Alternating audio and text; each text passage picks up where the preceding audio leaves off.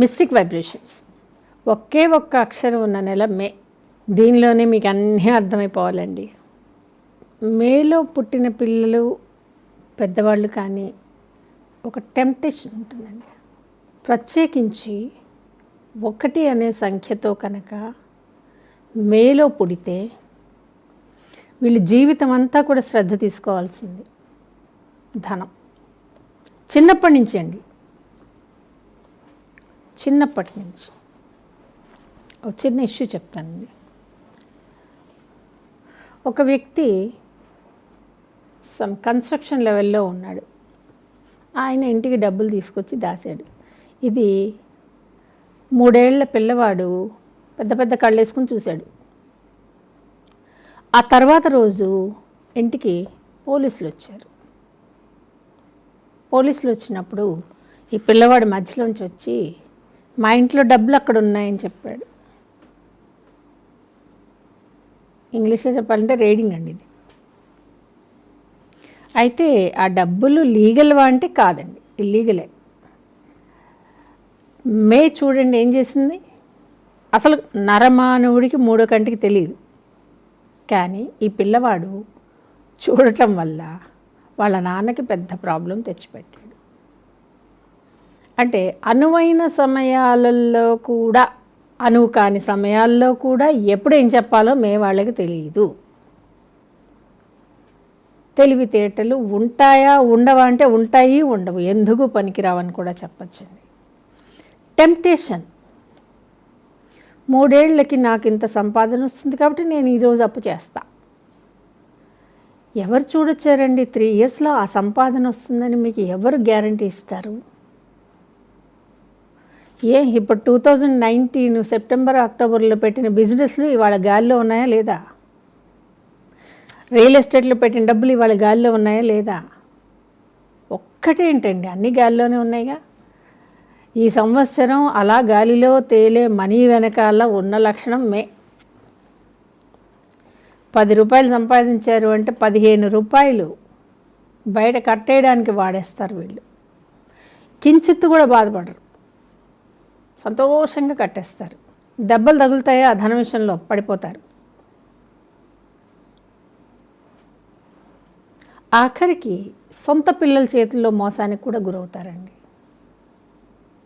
మే వాళ్ళు బిజినెస్ల జోలికి వెళ్ళకూడదు సుమా.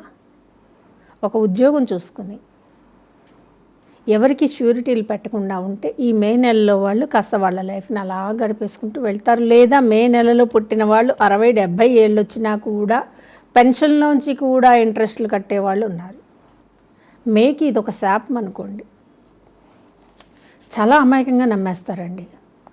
ఎవరైనా సరే వచ్చి ఈ బిజినెస్ చేస్తే ఇలా లాభం వస్తుంది అంటే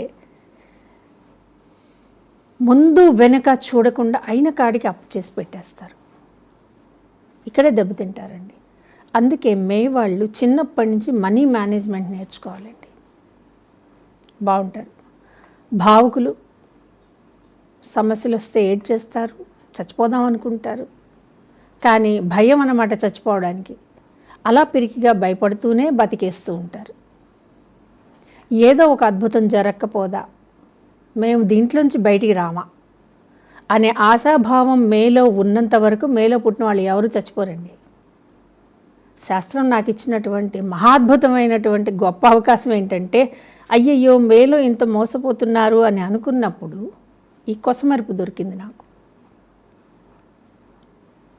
జీవితాంతం డబ్బుతోటి 24 గంటలు డబ్బు ఆలోచనే మేకి సాధ్యం అండి.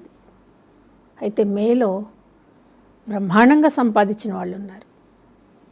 10%, 90% అప్ అండ్ డౌన్స్. విశేషం ఏంటంటే వీళ్ళు ఉండే ఇళ్లల్లో వాస్తుపరంగా చాలా దోషాలు ఉంటాయండి. ఈశాన్యం తగ్గిపోవటం కావచ్చు,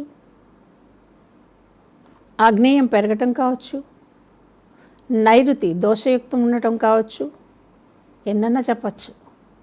వీటన్నిటినీ కాదండి, మేలో పుట్టినవాడు మేనేజ్మెంట్ నేర్చుకుంటే చాలండి.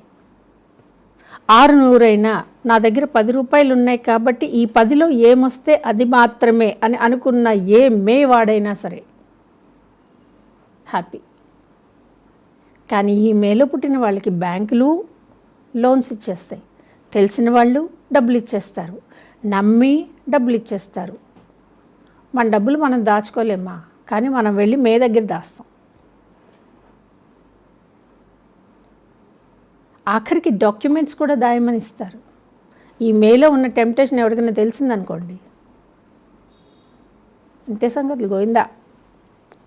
ఈ ఒక్క లక్షణం తప్ప మనుషులుగా వీళ్ళు మంచివాళ్ళండి. చాలా పిల్లలు ఉన్నప్పుడైతే చాలా ఒబీడియంట్గా ఉంటారు, అమ్మకి నాన్నకి రెస్పెక్ట్ ఇస్తూ.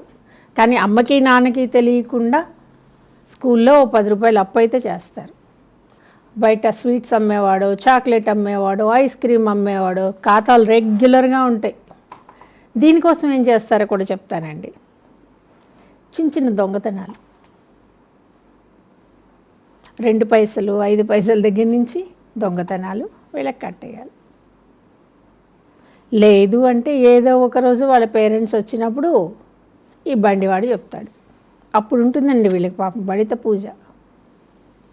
మనం అర్థం చేసుకోవాలండి, ఈ నెలలో పుట్టిన ఈ పిల్లలకి మేనేజ్మెంట్ నేర్పించకపోవటం మన తప్పు, వాళ్ళకి డబ్బు విలువ తెలిసేలా పెంచకపోవటం మన తప్పు.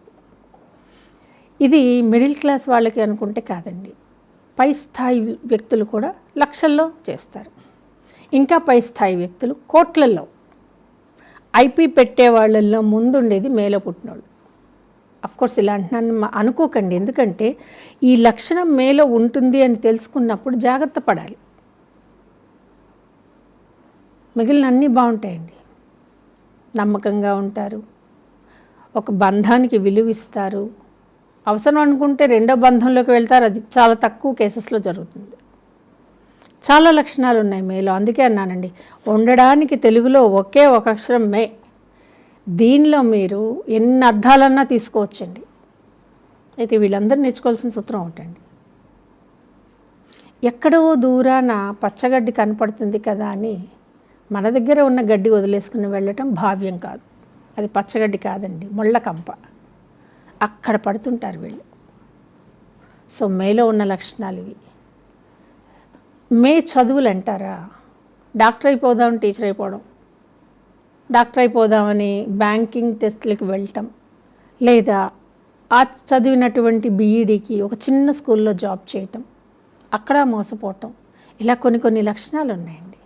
అందుకని మేలో పుట్టిన వాళ్ళకి పేర్లు పెట్టేటప్పుడు కాస్త జాగ్రత్తగా ఉండాలి. వాళ్ళ ధనం అనేది ఎప్పుడు తగ్గకుండా ఒక బంధించిన వైబ్రేషన్లో పెడితే మేలో వాళ్ళు హ్యాపీగా గెట్ ఆన్ అవుతారు. ఈ వీడియో కనుక మీకు నచ్చినట్లయితే లైక్ చేయండి, షేర్ చేయండి, మా ఛానల్ని సబ్స్క్రైబ్